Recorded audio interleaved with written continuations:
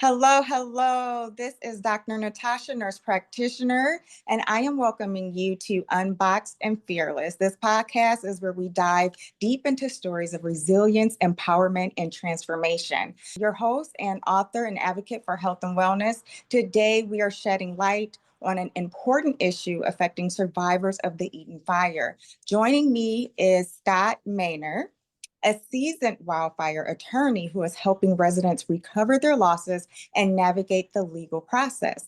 Whether you're insured, uninsured, or just unsure of your options, this episode will provide the clarity you need to move forward. Let's start.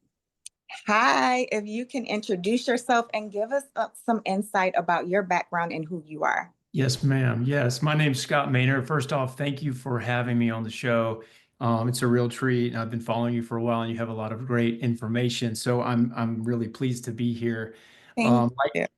like you said, I'm an attorney. I'm a wildfire attorney. And that sounds like a made up thing to some people, but it actually tends to be a very busy niche in the law, unfortunately, because these wildfires are so devastating, and now more than ever, they're quite common. So that's what I've been doing for the last several years, and my legal team has been prosecuting legal wildfire claims against mainly utilities for the last 15 years, and we've done about 16 different mass tort wildfire cases. So thanks for having me again, and I'm pleased to be able to talk about this topic because it's so relevant right now. Yes, and just to give some insight about where we met, we were volunteering at the Pasadena church, That's and great. we were on site. It was it was very informative, the limited amount of information that we could gather, but I wanted to be more intentional to make sure you're on today and kind of discuss that in depth. But let's start off. So, can you share what we know so far about what caused the Eden fires? There's so much discussion around it, and everyone has like some kind of like theory, right? And we just want to get some insight from a professional. Right. Yeah. Thank you. So, kind of diving right in, the Los Angeles fires that sort of erupted right around January 7th of this year, just a few weeks ago now. Two of them really caught the media's attention, the Palisades fire and the Eaton fire, which sort of engulfed the Altadena area right around Pasadena. And that fire was particularly interesting to me, because we found out very early on in the process how that fire may have started. There's been a lot of eyewitness evidence and video evidence of the fire originating right under these large metal transmission towers and transmission lines that are owned and operated by Southern California Edison, the big utility that operates in Southern California. And logic will tell you, well, there's a fire underneath their power lines. It must be them. And as a lawyer, I've kind of learned by investigating these cases, we have to be very careful to jump into conclusions because we don't want to point the finger at the wrong defendant just based on some loose evidence. But I've actually seen some of the video and read and spoken to people who witnessed the origin of the fire, and it is more than jumping to conclusion. It's very safe to say that we've got strong evidence that suggests it was SoCal Edison's equipment that started the Eaton fire that day. And there's a number of reasons why that should never have happened. And because it's avoidable, it's just it makes it that much more punishing and devastating for folks because it did not have to happen. Wow, that is so interesting. So now that you give some background insight about how it actually originated, let's talk about understanding what typically happens when fires are originated in this aspect. Can you tell me a little bit more about how we can move forward? Yeah, that's so obviously people in California on the West Coast, they recognize that there are wildfires every year, whether they be grass fires that sometimes turn into urban and suburban area fires, and they can be devastating. Most of those fires are caused by a number of other things, like maybe a cigarette or a truck chain that's dragging on the freeway, lightning strike, and maybe even arson, unfortunately. But the sad part of those fires is they really don't have a big legal component like the Eaton Fire does. And so unfortunately for those folks, they have to rely on FEMA and their insurance and other federal and governmental support systems, which, trust me, is great when you can get access to those things and when they actually come through and help people. But for fires like the Eaton Fire, there is another alternative for survivors, and that is hiring an attorney who understands wildfire litigation and can prosecute these cases successfully. Because when you have a culpable defendant who has been negligent, like we believe SCE has, it's going to be my job to make sure they pay these people back for every dime that they've lost. And so the next step for people after they've talked to their insurance carrier or FEMA or whatever other resources they need in the immediate, they're going to need to transition a new conversation to finding an attorney who can help them navigate the legal steps so that they can get paid back for their losses and be able to rebuild their lives. Interesting, because I'm glad that you mentioned that, because people are so clueless about wildfires, especially if you didn't grow up around them, right? I'm from Michigan, and I just had no clue why all of these wildfires are taking place. And it just really, I'm still baffled why we aren't even more like ready and equipped to handle them. But that's a whole deep That's a whole nother show. We'll talk about that so, too. but so I'm just glad you gave a little insight, because I'm always asked that question because now I live here, but I'm still a couple of years new here. I'm a military family, so it's good for us to understand why this is happening. So, who is eligible to make a claim? Can we speak more about that? Right. Yeah. Thank you for asking me that, because there's a lot of survivor's guilt and misinformation that both play a part in how people consider themselves as a part of the fire.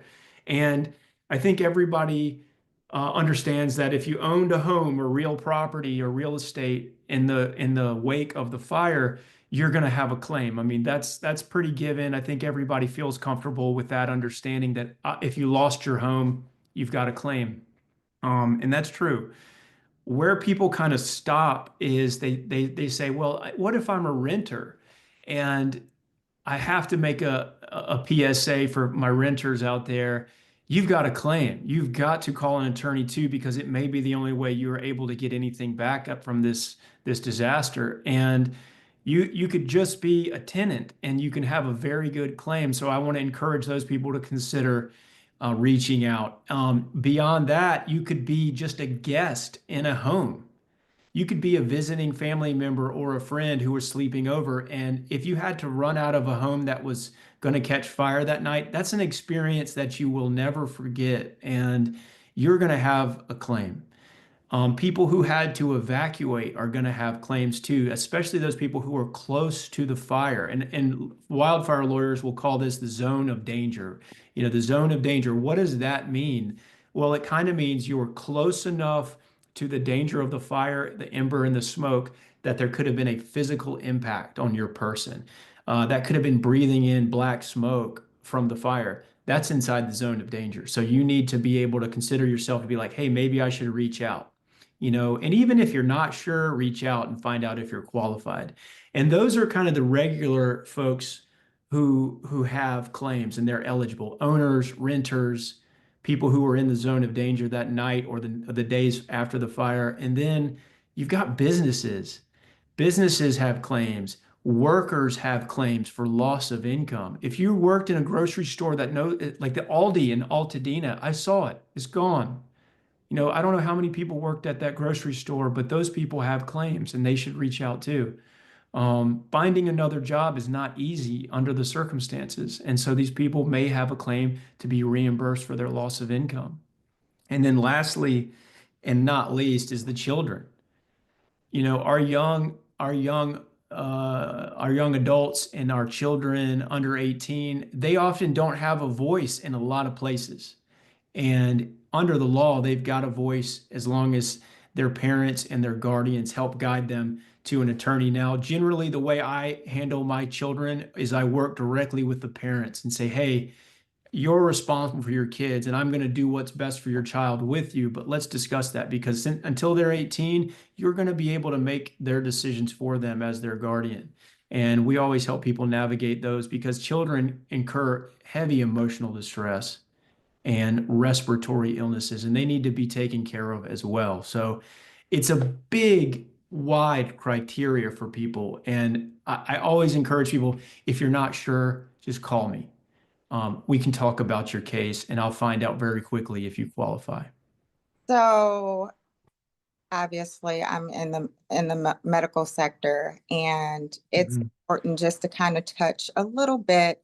um, Sure. don't have to dive too deeply into some of the illnesses and conditions that can also be impacted by this. I understand that we've been warning the public about some flare-ups or exacerbations with some chronic conditions, obviously COPD, people having asthma and other underlying conditions, and having exposure to just the particles in the air around these areas, and them not really prioritizing their health because they're so worried about obviously where they're going to sleep and how they're going to feed children and how can they gather these resources that have expired. Do you have anything in mind that you're thinking like these are some of the conditions or any of the medical concerns that people should have at the forefront of their mind if they're not thinking about it? Because Yeah, that's such a great question. And somebody like you is going to have, the knowledge and the experience and the skill set to identify those illnesses and help people navigate that. I have, in my experience, I've seen a number of things from obviously you're going to have some burn victims, and there's going to be some acute damage and illnesses from smoke inhalation, um, which can be treated. Sometimes they have longer lasting effects, but really, I see very often more long-term chronic respiratory illnesses, especially among children developing asthma and headaches and fatigue, and just a number of symptoms that generally stem from their exposure to a wildfire. People think of wildfires as a lot of times it's like, oh my God, you got trees on fire and they're burning. And that's what we see, a lot of times. And that can be unhealthy, right? But what's really dangerous is when a wildfire interacts with an urban and suburban area like it did in the Eaton Fire, and you have temperatures of over 2, 3, 4,000 degrees burning Tesla batteries, plastics, and computer chips, and things that just should never be burned. And they get into the air and they get into the walls and the windows and your clothes, and they can become a permanent problem. And so I really hope that, the medical professionals that are in and around the Los Angeles area open their doors for people that are suffering from the Eaton fire because they're going to need a little extra time. And it might not be the first 2 weeks. It could be a year later or 6 months that they start to develop symptoms that need to be treated. And it's just terrible and sad for folks. And then don't even get me started on the mental health aspect of what happens. Um, you and I spoke about this when I met you at the church. The mental health part is devastating for people. Post-traumatic stress disorder is absolutely real. PTSD, as it's commonly known, affects people in ways that can ruin families and lives, and that can develop depression and anxiety and frustration and anger, and it can lead to all kinds of ruinous things, so alcoholism and just kids perform low performance in schools. I've seen them going, they were grade A plus students in sixth, seventh, eighth grade, and then after the fire, when they go to high school, they struggle to show up, and their personalities are different, and it's just terrible to see that. So I would encourage everybody to, if they can, stay out of the smoke and soot homes as long as they can. Make sure they're thoroughly cleaned. If and just your clothes and other items that might be affected, I would like people to get rid of those if you can, and call us because we can help you get those back in the end. So, that's a big topic, Natasha, and I wish I had more time to talk about it, but it is serious. So, Wildfires do not just destroy homes, they disrupt families and their lives. And I'm so glad and thankful that you decided to mention mental health as well. And yes, we did speak about that. So I'm so glad that you did decide to mention that. And you're just highlighting so many other reasons why people need to take a moment to just make sure they're seeking legal advice to equip them on how to move forward. But let's talk about how they can reach you and any additional information that you think the community will need in terms of immediate assistance or someone to get in touch with.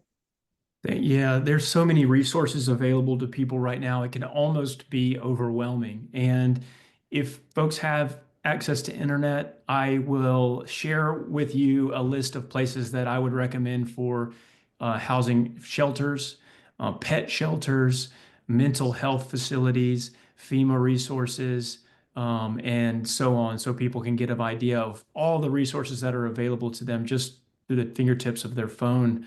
Um, and I can share that after the show. But to get in touch with my team, it's really simple. You can call my office. It's 626-244-7045. And you can email me info@calfireattorneys.com. And look up my team. We have a big team that's working on this case, and we're prepared to help everybody we can. So I hope we can put that information in anywhere you'd like, and hopefully people will be able to reach out. Thank you so much for your time. We will definitely add links and information and how people can directly contact your office. And I just want to many blessings to you and your team because this Thank work you. is not easy. And I know that you encounter so many people, so many different situations, and just being able to have the strength and the mental capacity and the resilience to help others and help them find their resilience. That's very important. So we want to thank you for helping impact the community. Thank you. Yeah, thank you. It's my pleasure. Every person has a story. Every family has a story in this situation, and we want to make sure that story's told.